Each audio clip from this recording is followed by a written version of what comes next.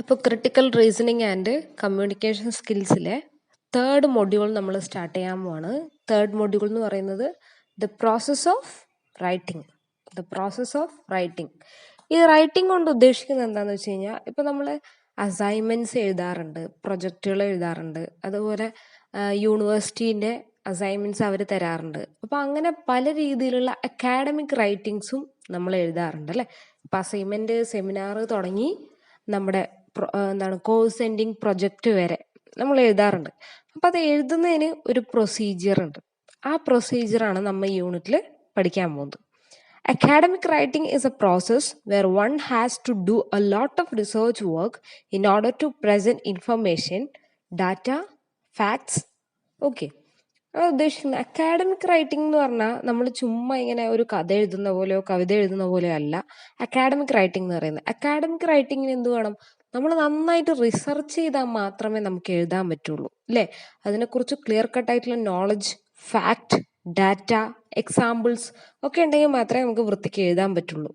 So basically it is a thesis driven where the thesis is the main idea or the perspective chosen of the chosen topic. അതായത് ഇത് ശരിക്കും എന്ന് പറയുന്ന ഒരു thesis, theory എഴുതുന്ന പോലെ തന്നെയാണ്. Theory, thesis, okay. അത് എഴുതുന്ന ഒരു പ്രബന്ധം എഴുതുന്ന പോലെ തന്നെയാണ് നമ്മുടെ ഈ റൈറ്റിംഗ് എന്ന് പറയുന്നത്. ഒരു പ്രത്യേക ടോപ്പിക് എടുക്കുന്നു, ആ മെയിൻ ഐഡിയയെക്കുറിച്ച് നമ്മൾ എന്ത് ചെയ്യുന്നു, ഡീറ്റെയിൽ ആയിട്ട് എഴുതുന്നു. Essay writing assignments are a way form of academic writing where it not extensive but enough research work has to be done on a particular topic under study. It is through the essay that one shares his or her understanding, perception, standpoint regarding that topic. അപ്പോൾ നമ്മൾ essay writing എഴുതാറുണ്ട് അല്ലേ. Essay assignments വളരെ ചെറിയ രീതിയിൽ ഒരു എത്രയാണ് 200 words, 300 words to 800 words വരെയുള്ള അസൈൻമെൻറ്റ്സുകൾ നമ്മൾ എഴുതാറുണ്ട്. അപ്പം അതും അക്കാഡമിക് റൈറ്റിങ്ങിൽ വരുന്നതാണ്. പക്ഷെ അതിനേക്കാളും കുറച്ചും കൂടി എക്സ്റ്റെൻഡ് ഉള്ള, കുറച്ചും കൂടി വ്യാപ്തിയുള്ള ഒരുപാട് ഡീപ്പായിട്ടുള്ള ഒരു റൈറ്റിങ്ങിനെയാണ് നമ്മൾ എന്ത് പറയുന്നത്, ഈ പറയുന്ന അക്കാഡമിക് റൈറ്റിംഗ് എന്നുകൊണ്ട് ഉദ്ദേശിക്കുന്നത്. സോ അതിൽ നമ്മൾ എന്തൊക്കെ ഉൾപ്പെടുത്തും? ഒരു പെർട്ടിക്കുലർ ടോപ്പിക്കിൽ നമ്മൾ നടത്തിയ റിസർച്ച്, അതുപോലെ നമ്മുടെ ഒപ്പീനിയൻസ്, നമ്മുടെ അണ്ടർസ്റ്റാൻഡിങ്, നമ്മുടെ സ്റ്റാൻഡ് പോയിന്റ്, നമ്മുടെ ധാരണ, പെർസെപ്ഷൻ തുടങ്ങിയ കാര്യങ്ങളൊക്കെ നമ്മൾ എഴുതുമ്പോൾ ശ്രദ്ധിക്കേണ്ടതായിട്ടുണ്ട്. ആദ്യം നമ്മൾ എഴുതുന്നതിന് മുമ്പായിട്ട് ചെയ്യേണ്ട ഒരു കാര്യമാണ് റിസർച്ചിങ് റിസോഴ്സസ് ഫോർ റൈറ്റിംഗ്. നമ്മൾ എഴുതുന്നതിന് മുമ്പ് എഴുതാൻ ആവശ്യമായ വസ്തുക്കൾ, ഇപ്പോൾ നമ്മൾ ഒരു ഗ്ലോബൽ വാർമിങ്ങിനെ കുറിച്ച് എഴുതുമ്പോൾ എന്താണ് ഗ്ലോബൽ വാർമിങ്, അതുപോലെ അത് റിലേറ്റഡ് ആയിട്ടുള്ള ബുക്സുകളൊക്കെ റിസർച്ച് ചെയ്യേണ്ടി വരും അല്ലേ. അതിനെക്കുറിച്ച് കൂടുതലായി മനസ്സിലാക്കേണ്ടി വരും. അതാണ് ആദ്യത്തെ കാര്യം, researching resources four writing. Before one begins to the process of writing, one must having a clear idea about the topic on which he or she is going to write and the audience you are targeting. First ask the question yourself, what is that you would like to prove or disapprove, on based on that the thesis can be developed. ആദ്യം ഇപ്പൊ എന്തെങ്കിലും ഒരു വിഷയം എടുക്കൂ, ഏതെങ്കിലും ഒരു വിഷയം എടുത്തു കഴിഞ്ഞാൽ ഇപ്പൊ പോവേർട്ടി എങ്ങനെ ഉണ്ടാവുന്നു എന്ന് നമ്മള് അതിലൊരു തീസിസ് അല്ലെങ്കിൽ ഒരു അക്കാഡമിക് റൈറ്റിംഗ് എഴുതാൻ പോകാന്ന് വിചാരിച്ചു. ആദ്യം നമ്മൾ എന്ത് ചെയ്യണം, എന്താണ് നമ്മുടെ ടോപ്പിക് എന്ന് വളരെ കൃത്യമായിട്ട് മനസ്സിലാക്കണം. എന്നാൽ മാത്രമേ നമുക്ക് എഴുതാൻ പറ്റുള്ളൂ അല്ലേ. അപ്പൊ പോവേർട്ടി എന്താണെന്ന് മനസ്സിലാക്കണം. ആ ചോദ്യം നമ്മളോട് തന്നെ ചോദിക്കാം, what is poverty? So we will get an answer. അപ്പൊ ആ ആൻസർ ശരിയാണോ തെറ്റാണോ, അത് പ്രൂവ്ഡ് ആണോ, അത് ഡിസപ്രൂവ്ഡ് ആണോ, ഈ കാര്യങ്ങൾ നമ്മൾ അറിഞ്ഞിരിക്കണം. അപ്പോൾ അതിൻ്റെ ഭാഗമായിട്ട് അത് മാത്രമല്ല, അതിൻ്റെ ഒപ്പം തന്നെ നമ്മൾ ആർക്ക് വേണ്ടിയിട്ടാണോ എഴുതുന്നത്, ഓക്കെ, നമ്മളെ പോലെയുള്ള സ്റ്റുഡൻസിന് വേണ്ടിയിട്ടാണോ, അതോ ഒരു ലെക്ചർ, ഒരു ക്ലാസ് എടുക്കാൻ വേണ്ടിയിട്ടാണോ, ഇല്ലെങ്കിൽ അതിൽ എന്തെങ്കിലും മാറ്റം വരുത്താൻ വേണ്ടിയിട്ടാണോ, ഇങ്ങനെ പല രീതിയിൽ നമ്മുടെ ഓഡിയൻസ് മാറും. ഇപ്പൊ കുഞ്ഞു കുട്ടികൾക്ക് എഴുതുന്ന പോലെ വലിയവർക്ക് എഴുതിയാൽ പോരാ. അപ്പൊ റൈറ്റിംഗ് ആരാണ് നമ്മുടെ ഓഡിയൻ, നമ്മളെ വായിക്കുന്ന ആരാണ്, അവരെ കുറിച്ച് നമ്മൾ ബോധം ഉണ്ടായിരിക്കണം. Okay. The information can be collected. അതിന് മുമ്പ് ഒരു പോയിന്റ് കൂടിയുണ്ട്. Select the material after becoming certain for whom you are writing. The information can be collected after doing thorough research on any or all of the resource sources, people, books, magazines, index, newspapers, surveys, electronic sources. Once the information is collected, Sift through the data and organize it in a comprehensive manner so that your standpoint or recommendation is articulated clearly. അപ്പം നമുക്ക് informations എവിടുന്ന് വേണമെങ്കിലും കിട്ടാം അല്ലെ. ഇപ്പൊ ബുക്കിൽ നിന്നും കിട്ടാം. ഇപ്പൊ നമ്മൾ എന്താണ് തെയ്യം എന്നുള്ള കലാരൂപത്തെ കുറിച്ച് അറിയാൻ ശ്രമിക്കുന്നു. അപ്പൊ തെയ്യം കലാകാരന്മാരോട് നമുക്ക് ചോദിക്കാം എന്താണ് ഈ സംഭവം അല്ലെ, പീപ്പിൾസ്.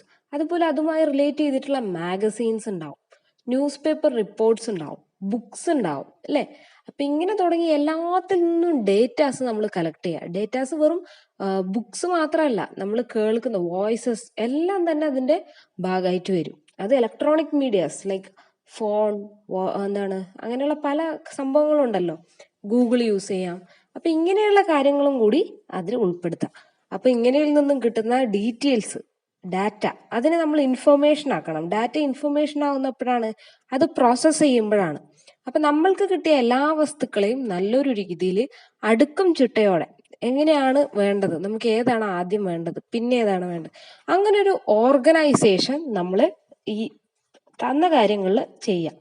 അതിനുശേഷം അപ്പൊ നമുക്ക് കൃത്യമായിട്ട് മനസ്സിലാവും എന്താണ് നമ്മൾ പറയാൻ ഉദ്ദേശിക്കുന്നത് എന്നുള്ളൊരു ഐഡിയ നമുക്ക് ക്ലിയർ കട്ടായിട്ട് മനസ്സിലാവും.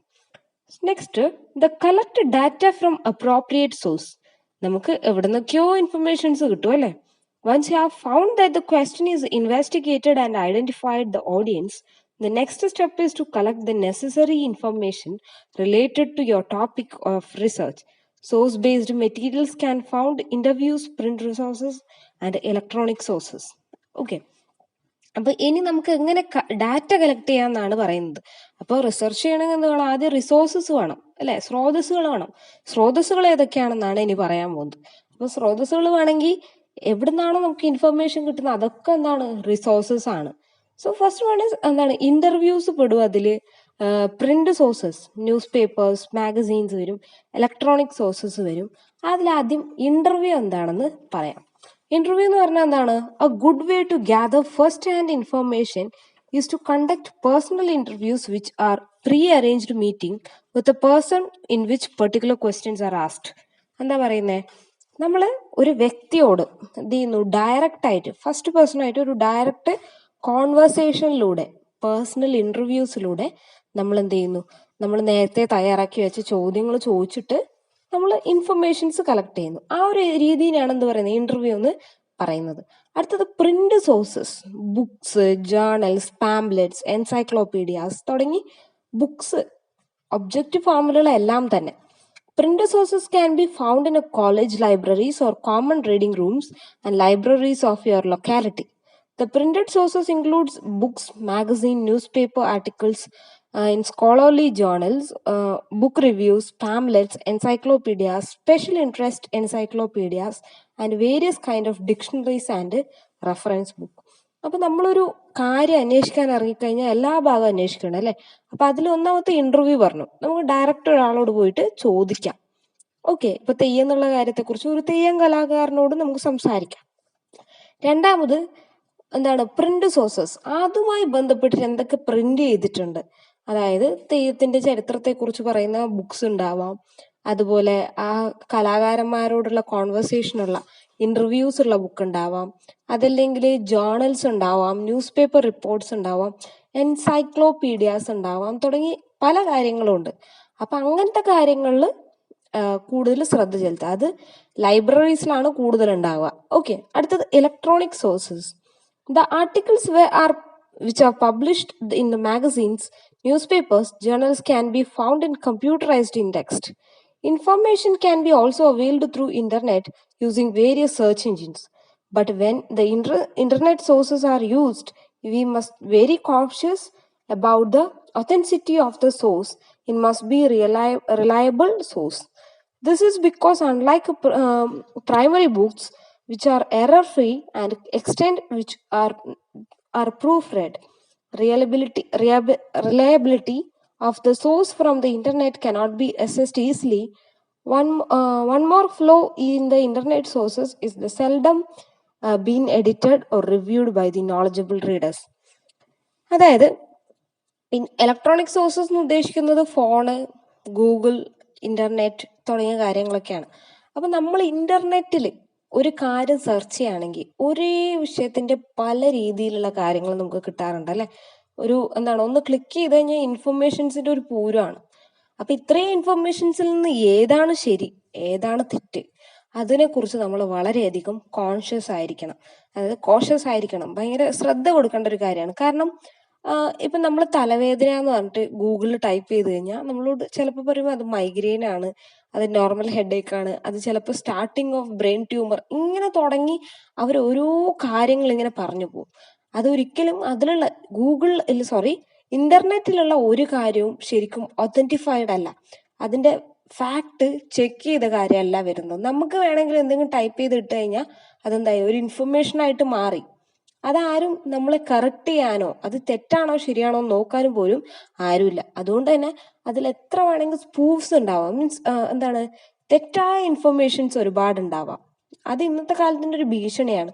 സോ അതുകൊണ്ട് ഇന്റർനെറ്റ് ഒക്കെ യൂസ് ചെയ്യുമ്പോൾ വളരെ കെയർഫുൾ ആവുക, especially when you are writing or research paper or something. Academic writing എഴുതുമ്പോൾ വളരെ കോൺഷ്യസ് ആയിരിക്കുക, എന്താണ് ഓരോന്നിലും പറഞ്ഞിട്ടുള്ളതെന്ന് പ്രത്യേകം ശ്രദ്ധിക്കുക.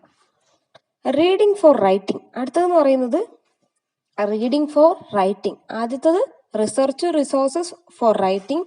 അതായത് നമ്മൾ ഇന്റർവ്യൂസ് പറഞ്ഞു, എങ്ങനെയൊക്കെയാണ് ഡാറ്റ കളക്ട് ചെയ്യുന്നതെന്ന് പറഞ്ഞു അല്ലെ. ഇന്റർവ്യൂസിലൂടെ, പ്രിന്റ് സോഴ്സസിലൂടെ, ഇലക്ട്രോണിക് സോഴ്സസിലൂടെ. അടുത്തത് റീഡിംഗ് ഫോർ റൈറ്റിംഗ്, എഴുതാൻ വേണ്ടി വായിക്കുന്നു. അതാണ് അടുത്തത് ബി എന്ന് പറയുന്ന ടോപ്പിക്ക്. അതിലെന്താ പറയുന്നത് നമുക്ക് നോക്കാം. The process after the selection of materials is the reading process, which is an important stage in academic writing. Academic റൈറ്റിങ്ങിൽ നമ്മൾ മെറ്റീരിയൽസ് കണ്ടുപിടിച്ചു അല്ലേ, എന്തൊക്കെയാണ് നമുക്ക് ആവശ്യമുള്ള വസ്തുക്കൾ, റിസോഴ്സസ്, ബുക്സ് ആണോ ഇലക്ട്രോണിക് മീഡിയാസ് ആണോ, ആ കാര്യങ്ങൾ നമുക്ക് കിട്ടി. അതിനെ നമ്മൾ വായിക്കണം. വായിക്കുന്നത് ഒരു പ്രോസസ്സാണ്. ഏറ്റവും ഇമ്പോർട്ടൻറ്റ് സ്റ്റേജും അതാണ് അല്ലേ. ഇപ്പം നമ്മൾ വായിക്കാണ്ട്, ഇപ്പോൾ എക്സാമിന് നമ്മൾ എഴുതുകയാണെങ്കിലും നമ്മൾ വായിക്കണം. എന്താണോ നമ്മളുടെ കയ്യിലുള്ള മെറ്റീരിയൽസ് അതൊക്കെ നമ്മൾ വായിക്കേണ്ടതായിട്ടുണ്ട്. അപ്പോൾ വായന എന്നുള്ളത് one of the important stage ആണ് academic റൈറ്റിങ്ങിലെ. A thorough reading of all the materials collected has to be done. Though it is the time consuming, one must take the pains to go through all materials so that one will have relevant knowledge about the selected topic. അപ്പോൾ വായിക്കാന്ന് പറഞ്ഞാൽ കുറച്ച് വിഷമമുള്ള പണിയാണ് അല്ലേ. ഇപ്പൊ നമ്മൾ just ഒന്ന് നോക്കി മെറ്റീരിയൽസ് കളക്ട് ചെയ്യാൻ എളുപ്പമാണ്. ആ പേരിൽ, നമ്മുടെ ടോപ്പിക്കിലുള്ള പേരിലുള്ള ബുക്കുകൾ സെലക്ട് ചെയ്തെടുത്താൽ മതി. പക്ഷെ വായന എന്ന് പറഞ്ഞാൽ ടൈം കൺസ്യൂമിങ് ആണ് അല്ലേ. റീഡിംഗ് എന്ന് പറഞ്ഞത് നമ്മൾ ഒറ്റ മിനിറ്റ് കൊണ്ട് വായിച്ചു തീർക്കാൻ പറ്റുന്നതല്ല. അത് പല രീതിയിൽ നമ്മൾ വായിക്കേണ്ടതായിട്ടുണ്ടാവും. ചിലപ്പോൾ ഓടിച്ച് വായിക്കേണ്ടതുണ്ടാവും, ചിലപ്പോൾ ക്ലിയർ കട്ടായിട്ട് അത് മനസ്സിലാക്കേണ്ടതുണ്ടാവും. ഇങ്ങനെ പല കാര്യങ്ങളുണ്ട്. അപ്പോൾ വായന ഒരു ടൈം കൺസ്യൂമിങ് ആണെങ്കിലും പക്ഷെ അതിന് വളരെയധികം ഇമ്പോർട്ടൻസ് ഉണ്ട്. അപ്പോൾ മാത്രമേ നമുക്ക് റെലവൻ്റ് ആയിട്ടുള്ള കാര്യങ്ങൾ, ആ ടോപ്പിക്കിന് ആവശ്യമുള്ള കാര്യങ്ങൾ കിട്ടുള്ളൂ അല്ലേ. This will help in forming an idea of the topic and under consideration. It is active and alert readers who make better writers. അപ്പോൾ നന്നായിട്ട് വായിക്കുന്ന ആക്റ്റീവ് റീഡിംഗ് ഉള്ള ആൾക്ക് മാത്രമേ നല്ല രീതിയിൽ എഴുതാൻ പറ്റുള്ളൂ എന്നാണ് പറയുന്നത്. മാത്രമല്ല നമ്മുടെ ടോപ്പിക് എന്താണെന്ന് ക്ലിയർ കട്ടായി മനസ്സിലാക്കാനും ഈ റീഡിംഗ് വഴി സാധിക്കും. ഇനി അടുത്ത പറയുന്നത് സ്ട്രാറ്റജീസ് ഫോർ ആക്റ്റീവ് റീഡിംഗ്. അതായത് വളരെ ഉത്സാഹത്തോടെ വായിക്കാനുള്ളതിനുള്ള കുറച്ച് തന്ത്രങ്ങൾ, അതാണ് സ്ട്രാറ്റജി. എന്തൊക്കെയാണെന്ന് നോക്കാം. ഇത് നിങ്ങളും പരീക്ഷിച്ചു നോക്കൂ. In order to make reading an extremely enriching exercise, there are some strategies which may be followed. The strategies are, അതായത് റീഡിംഗ് എന്ന് പറയുന്നത് എന്താണ്, ഒരു എൻറിച്ചിങ് എക്സസൈസ് ആണ്, ഒരു നല്ല എക്സസൈസ് ആണ്, ബ്രെയിനിന് കൊടുക്കാൻ പറ്റിയ ഏറ്റവും നല്ലൊരു എക്സസൈസ് ആണ് റീഡിംഗ് എന്ന് പറയുന്നത്. കാരണം എന്താണ്, നമ്മൾ പുതിയ വാക്കുകൾ പഠിക്കും, പുതിയ കുറെ നോളജ് ഉണ്ടാവും, അതുപോലെ നമ്മുടെ ബ്രെയിൻ തന്നെ വികസിക്കും. സോ ഇനി കുറച്ച് തന്ത്രങ്ങൾ എന്തൊക്കെയാണെന്ന് നോക്കാം. ആദ്യം എന്ന് പറയുന്നത് പ്രിവ്യൂ ദ റീഡിംഗ്. വായിക്കുന്നതിന് മുമ്പ് അതിനൊരു പ്രിവ്യൂ, വായിക്കുന്നതിന് മുമ്പ് അതിന്റെ ഷോർട്ട് നോട്ട് എന്തെങ്കിലും ഉണ്ടെങ്കിൽ അത് വായിക്കാം. ഓക്കെ, അതായത് ഇപ്പോൾ ഒരു ബുക്കാണെങ്കിൽ അതിന് റിവ്യൂസ് ഉണ്ടാവും, അത് വായിച്ചതിന് ശേഷം അത് വായിക്കാം. മാത്രമല്ല use A dictionary and contextual definitions. Dictionaries use ചെയ്യാം. അടുത്തത് അനോട്ട് യുവർ ടെക്സ്റ്റ്.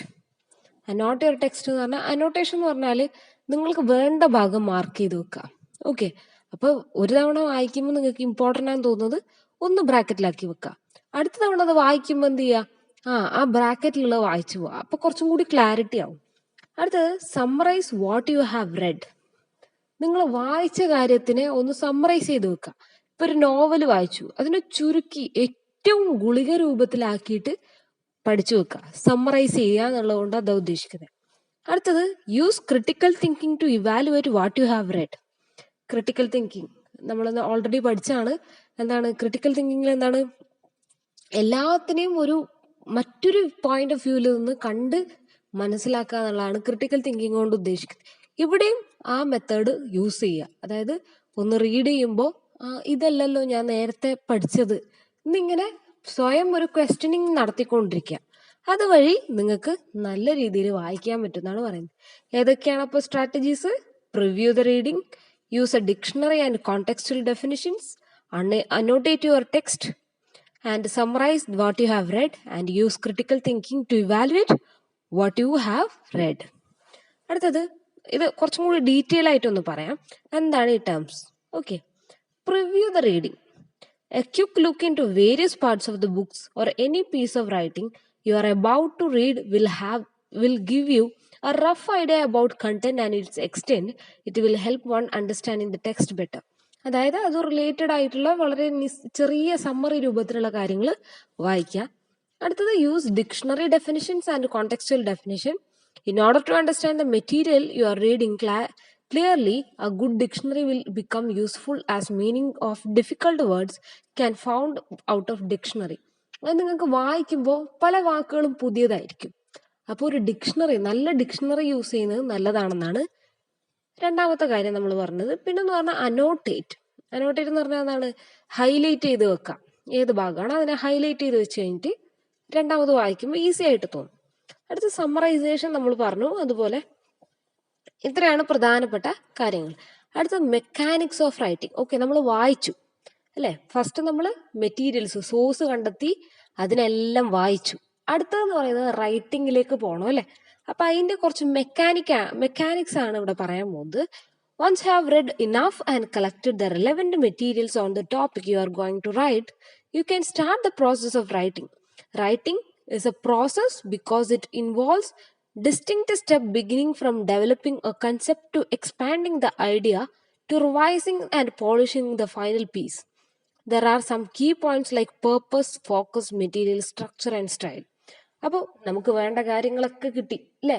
ആ കാര്യങ്ങളെ നമുക്കൊരു ഓർഡറിൽ അറേഞ്ച് ചെയ്യണം. എഴുതാൻ വേണ്ടി കറക്റ്റ് ഓർഡറിൽ അറേഞ്ച് ചെയ്യേണ്ടതായിട്ടുണ്ട്. അപ്പോൾ എഴുതുക എന്ന് പറഞ്ഞൊരു നിസ്സാര കാര്യമല്ല അല്ലേ? അതിന് കറക്റ്റ് ഒരു ഓർഡർ വേണം. ഇപ്പൊ എസ്സേ എഴുതാണെങ്കിൽ ഇൻട്രൊഡക്ഷൻ വേണം, ടൈറ്റിൽ വേണം, ഇങ്ങനെ തുടങ്ങിയ കുറച്ച് കാര്യങ്ങളുണ്ട്. അപ്പൊ ഇവിടെ പറയുന്നത് there are some key points you should have in mind. കുറച്ച് കാര്യങ്ങൾ നമ്മുടെ മനസ്സിലുണ്ടായിരിക്കണം എഴുതുമ്പോൾ. ഒന്ന്, എന്തിനാണ് ഇത് എഴുതുന്നത്? Purpose. Okay, what is the purpose of writing? നമ്മൾ ഈ ഇന്ന വിഷയത്തെക്കുറിച്ച് എഴുതുന്നതിന്റെ പർപ്പസ് എന്താണ്? രണ്ടാമത്തത് ഫോക്കസ്. ഓക്കെ, ഫോക്കസ് എന്താണ്? ലക്ഷ്യം, അല്ലെങ്കിൽ ഫോക്കസ് എന്താണ് നമ്മുടെ മെയിൻ പോയിന്റ്? ആ ഒരു കാര്യം എപ്പോഴും മനസ്സിലുണ്ടാവുക. മെറ്റീരിയൽ, എന്തെന്നാണ് നമ്മൾ റെഫർ ചെയ്യുന്നത്, അതിന്റെ material point of view. And structure, അതിന്റെ ഓർഡർ. അടുത്ത സ്റ്റൈൽ എന്നുള്ളത് അത് നമ്മുടെ ഓരോരുത്തരും എഴുതുന്ന ഓരോ രീതിയിലാണ്. ഇപ്പൊ ഒരേ വിഷയത്തെക്കുറിച്ച് 4 പേരോട് 4 അഭിപ്രായം പറഞ്ഞാൽ ഓരോരുത്തരും ഓരോ സ്റ്റൈലിലാണ് എഴുതുക. സ്റ്റൈൽ ഓഫ് റൈറ്റിംഗ് അല്ല ഉദ്ദേശിക്കുന്നത് ഇവിടെ. നമ്മൾ എഴുതുമ്പോൾ ഉപയോഗിക്കുന്ന ഭാഷയുടെ സ്റ്റൈലാണ് ഇവിടെ ഉദ്ദേശിക്കുന്നത്. ഓക്കെ, ആദ്യം നമുക്ക് പേർപ്പസ് എന്താണെന്ന് പറയാം. The writer must be clear about the purpose of writing should do for the following things. അപ്പൊ ഈ പർപ്പസ് എന്നുകൊണ്ട് ഉദ്ദേശിക്കുന്നത് എന്താണെന്നാണ് ഇനി പറയാൻ പോകുന്നത്. Express, inform, persuade. എന്താണോ പറയാനുള്ളത് അത് എക്സ്പ്രസ് ചെയ്യുക, ഇൻഫോം ചെയ്യുക, പെർസ്വേഡ് ചെയ്യുക. അടുത്ത focus. It refers to the main point one wishing to make about the subject. Focus എന്താണ്? നമ്മൾ എന്താണോ ഉദ്ദേശിക്കുന്നത് ആ പ്രധാനപ്പെട്ട കാര്യം. മെറ്റീരിയൽ എന്ന് പറയുന്നത് എന്താണ്? May include details, facts, support, evidence. റെഫറൻസുകൾ ഉണ്ടാവില്ലേ, നമ്മൾ എവിടെ നിന്നാണ് നോക്കിയത്, അങ്ങനെയുള്ള കാര്യങ്ങൾ. ഇപ്പൊ ഇന്റർവ്യൂസ് ആണോ, ഒബ്സർവേഷൻ ആണോ, എക്സ്പീരിയൻസ് ആണോ, അങ്ങനെയുള്ള കാര്യങ്ങൾ. സ്ട്രക്ചർ എന്ന് പറഞ്ഞു കഴിഞ്ഞാൽ എന്താണ്? അതിന്റെ ഓർഡർ, സ്ട്രക്ചർ ഓഫ് റൈറ്റിംഗ് ആണ് ഉദ്ദേശിക്കുന്നത്. Style refers to a way a writer puts words together from form a sentence and the group of sentence for longer passages. Second one is style refers to the correctness of a piece of writing. അപ്പോൾ സ്റ്റൈലിന് കുറച്ച് definitions ആണ് ഇവിടെ കൊടുത്തിട്ടുള്ളത്. First, style refers to the way a writer puts words together to form sentences, the groups of sentences to form longer passages. Second, the style refers to the correctness of a piece of writing. Third one, the style involves confirming the format, proper appearance of the piece of finished work. അതായത് എഴുതുന്ന രീതി എന്നാണ് ഉദ്ദേശിക്കുന്നത്. അടുത്തത്, നമ്മൾ എഴുതുന്നത് എങ്ങനെയൊക്കെ അതിൻ്റെ ഒരു എന്താണ് സ്റ്റൈലിൻ്റെ തന്നെ ഒരു ഓർഡർ, അതിൻ്റെ സ്ട്രക്ചറാണ് ഇനി പറയാൻ പോകുന്നത്. Creative captivating title. നമ്മൾ എഴുതുമ്പോൾ ഇപ്പോൾ ഒരു എസ്സേ ആണെങ്കിൽ എസ്സേക്ക് ഒരു ടൈറ്റിൽ വളരെ ഇമ്പോർട്ടൻ്റ് ആണ്. ഇതിപ്പോൾ നിങ്ങൾ എഴുതുമ്പോഴും ശ്രദ്ധിക്കുക. എക്സാമിനാണെങ്കിലും ഇല്ലെങ്കിൽ ഒരു എസ്സേ എന്തെങ്കിലും ഒരു ഭാഗമായിട്ട് നിങ്ങളുടെ എസ്സേ കോമ്പറ്റീഷനൊക്കെ വരികയാണെങ്കിൽ ആദ്യം ശ്രദ്ധിക്കേണ്ടത് there should be A title. വളരെ അട്രാക്റ്റീവ് ആയിട്ടുള്ള വളരെ നല്ലൊരു ടൈറ്റിൽ കൊടുക്കുക എന്നുള്ളത്. A title is a very important part of an essay. Some writers like to give a title right from the beginning stages itself, while some prefer to finish the essay, polish it, and then create a suitable title. Titles cannot be function as the thesis statement, but try to create the title from 1 to several words long. അതായത് ചിലവർ ആദ്യം തന്നെ title കൊടുത്തിട്ട് കാര്യങ്ങൾ എഴുതും. ചില writers എഴുതി കഴിഞ്ഞതിന് ശേഷം ടൈറ്റിൽ കൊടുക്കും. എങ്ങനെയാണെങ്കിലും ടൈറ്റിൽ വേണം. Check for the correct manuscript format. Manuscript format refers to the general layout of a final draft, including name and title placement, margins, page number. The most common format is followed: double space on the essay 8.5 by 11-inch white bond paper, set 1-inch margin on the top, bottom and sides of the page, indent paragraphs, center line, the title, put your name, class name, your assignment number of description at the up right corner. അതായത് ഇത് നമ്മൾ assignment എഴുതുകയാണെന്ന് വിചാരിക്കുക. Assignment ഒക്കെ എഴുതി കഴിഞ്ഞു. എന്നിട്ട് നമ്മൾ അതിൻ്റെ ഒരു ഫൈനൽ ഡ്രാഫ്റ്റ് സെറ്റ് ചെയ്ത് വെക്കും അല്ലേ, സബ്മിറ്റ് ചെയ്യുന്നതിന് മുമ്പുള്ള ആ ഒരു ഭാഗം. അതാണ് ഇവിടെ ഉദ്ദേശിക്കുന്നത് മാനുസ്ക്രിപ്റ്റ് എന്നുള്ളതുകൊണ്ട്. ഓക്കെ, മാനുസ്ക്രിപ്റ്റ് ഫോർമാറ്റ് പറഞ്ഞാൽ അതിന് മാർജിൻ ഉണ്ടായിരിക്കണം, നെയിം ഉണ്ടായിരിക്കണം, പേജ് നമ്പേഴ്സ് ഉണ്ടായിരിക്കണം, അതുപോലെ ടൈറ്റിൽ എവിടെ കൊടുക്കണം, ഇതിനൊക്കെ ഇമ്പോർട്ടൻസ് ഉണ്ട്. അതുപോലെ ഇപ്പോൾ ഒരു പേപ്പർ ആണെങ്കിൽ 8.5 by 11 ഇഞ്ചിൻ്റെ ബോണ്ട് പേപ്പർ ആണെങ്കിൽ 1 ഇഞ്ച് നീളത്തിലുള്ള ഒരു മാർജിൻ ടോപ്പിലും ബോട്ടത്തിലും സൈഡിലൊക്കെ ആയിട്ടുണ്ടാവണം. അതുപോലെ പാരഗ്രാഫ്സ് ഉണ്ടാവണം, സെൻട്രൽ ലൈൻ അലൈൻമെൻറ്റ് ഉണ്ടാവണം, ടൈറ്റിൽ ഉണ്ടാവണം, പേര്, ക്ലാസിൻ്റെ നെയിം, അതുപോലെ അസൈൻമെൻറ്റ് നമ്പർ, അതുപോലെ ഡിസ്ക്രിപ്ഷൻ, ഇങ്ങനെയുള്ള കാര്യങ്ങളൊക്കെ ഉണ്ടാവണം. ഇപ്പം നമ്മളൊരു അസൈൻമെൻറ്റ് ഫസ്റ്റ് പേജ് എടുത്തു കഴിഞ്ഞാൽ നമ്മൾ കാണില്ലേ, ആ ഒരു ഫോമാറ്റാണ് ഇവിടെ പറയുന്നത്. അടുത്ത ഒരു കാര്യം കൂടി പറഞ്ഞിട്ട് നമുക്ക് ഈ ക്ലാസ് നിർത്താം. Develop a plan from a title. ടൈറ്റിലിൽ നിന്നും പ്ലാൻ ഡെവലപ്പ് ചെയ്യാന്നാണ്. In academic essay there is a plan that needs to develop from the title. It is called the thesis statement, the purpose of the thesis. It contains main point, idea, opinion the writer wants to convey about the subject. It also enables the audience to identify what a writer is going to focus, usually before the end of first paragraph of the essay. An effective, ഒരു effective thesis or essay have 4 characteristics. അടുത്ത് പറയുന്നത് ഒരു എസ്സേക്ക് വേണ്ട പ്രധാന പ്രത്യേകതകളാണ്. ഒന്ന് പറഞ്ഞാൽ it state the subject of the essay clearly. അത് എസ്സേ ആ സബ്ജക്റ്റിനെ ക്ലിയർ ആയിട്ട് നമുക്ക് പറഞ്ഞു തരും. It includes controlling idea about the subject. ഒരു കൺട്രോൾഡ് ഐഡിയ, നമുക്ക് എന്താണ് എഴുതുന്നത് എന്നുള്ള ഐഡിയ മനസ്സിലാവും. It uses specific language rather than vague words. അതായത് നമുക്ക് ക്ലിയർ അല്ലാത്ത കാര്യങ്ങൾ എഴുതാൻ പാടില്ല ഒരു എസ്സേയിൽ. എപ്പോഴും ക്ലിയർ ആയിട്ടുള്ള കാര്യങ്ങളായിരിക്കും നമുക്ക് കാണാൻ വേണ്ടി പറ്റുക. അതുകൊണ്ട് തന്നെ നല്ലൊരു ലാംഗ്വേജ് ആയിരിക്കും യൂസ് ചെയ്യുന്നുണ്ടാവുക. It establishes a tone that appropriate for the subject and intended audience. ഇപ്പോൾ ഒരു കോമിക് എസ്സേ പോലെ ആയിരിക്കില്ല ഒരു പെർട്ടിക്കുലർ ടോപ്പിക്കിലെ സീരിയസ് എസ്സേ. അപ്പോൾ അവിടെ ലാംഗ്വേജ് നമ്മുടെ ഓഡിയൻ എന്താണെന്ന് മനസ്സിലാക്കിക്കൊണ്ട് വേണം നമ്മൾ എഴുതാൻ. If any of the 4 qualities is missing, essay will not be provide needed focus and the essay will not have a strong foundation. അപ്പോൾ ഈ പറഞ്ഞ കാര്യങ്ങളൊന്നും ഇല്ലെങ്കിൽ ഒരു എസ്സേ ആവില്ല എന്നാണ് പറയുന്നത്. Okay, thank you.